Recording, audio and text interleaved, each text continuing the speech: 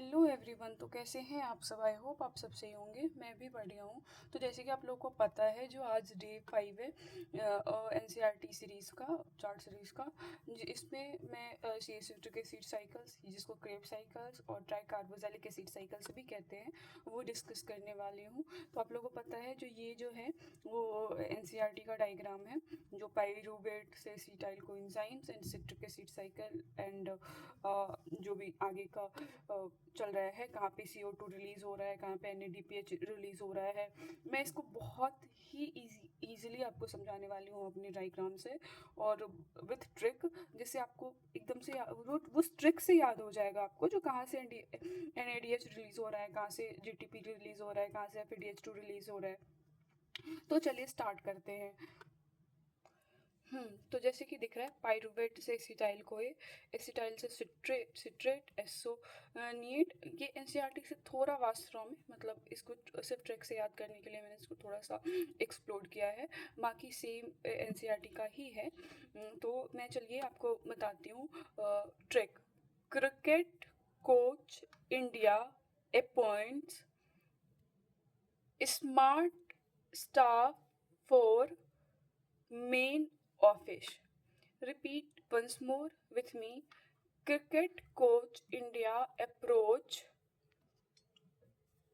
smart staff for main office.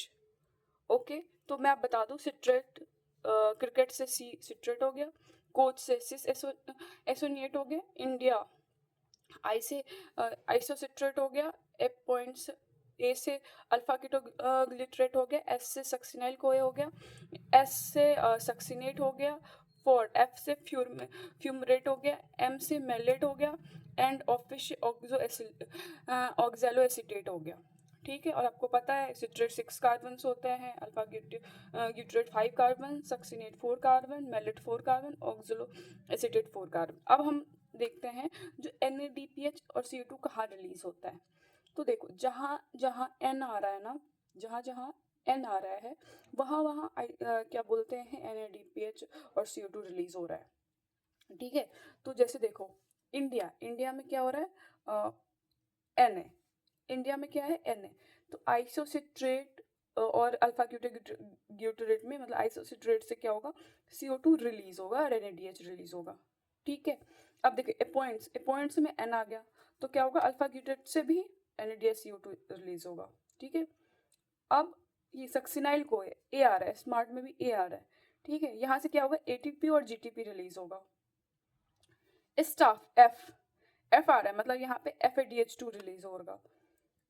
Main N आ रहा है फिर से मेलेट में, तो यहाँ से क्या होगा, NADH रिलीज होगा। बट यहाँ पे आपको ध्यान रखना है एक चीज़ बस, जो यहाँ जो मेन है उसमें से यहाँ जो N है उसमें सिर्फ NADH रिलीज होगा, यहाँ पे CO2 रिलीज नहीं होता है। बाकी ये दो जगहों पे क्या होता है, CO2 रिलीज होता है, क्योंकि आपको ऐसे भी आप ध्यान में रख सकते हो, मेलेट के बाद ऑक्सोलो एसिटेट बनता है, तो ये दोनों को कार्बन संख्या जो है सेम है, मतलब यहाँ भी 4 कार्बन है, यहाँ भी 4 कार्बन है, तो CO2 तो रिलीज नहीं होगा, क्योंकि अगर CO2 रिलीज होता तो यहाँ पे 3 कार्बन वाला कोई कंपाउंड बनता। तो इससे आपको याद हो जाएगा। मैं एक बार फिर से रिपीट करती हूँ, जैसे cricket coach India appoint smart staff for main office. ठीक है, और जहाँ जहाँ पे क्या बोलते हैं, ये N है, वहाँ से NADH CO2 रिलीज होगा, N है NADH CO2 रिलीज होगा। ए आ रहा है, ATP या GTP रिलीज होगा, F आ रहा है, FADH2 रिलीज होगा, और फिर से N आ रहा है तो NADH रिलीज होगा। नाउ आई होप सो आपको बहुत अच्छे से सिट्रिक एसिड साइकिल और क्रेब साइकिल समझ में आया गया होगा। नेक्स्ट वीडियो में हम किसी और साइकिल्स के बारे में बात करेंगे, या फिर सारे को ग्लाइकोलाइसिस, क्रेब साइकिल, या फिर ETS। मेन हमारा फोकस ETS पे होगा, बाकी कंपेयरिंग वाली वीडियोस भी बहुत जल्द आएगी, तो बने रहिए। If you like my videos please subscribe my channels and share with your friends. Support guys, please support. Your support means world to me. Thank you so much.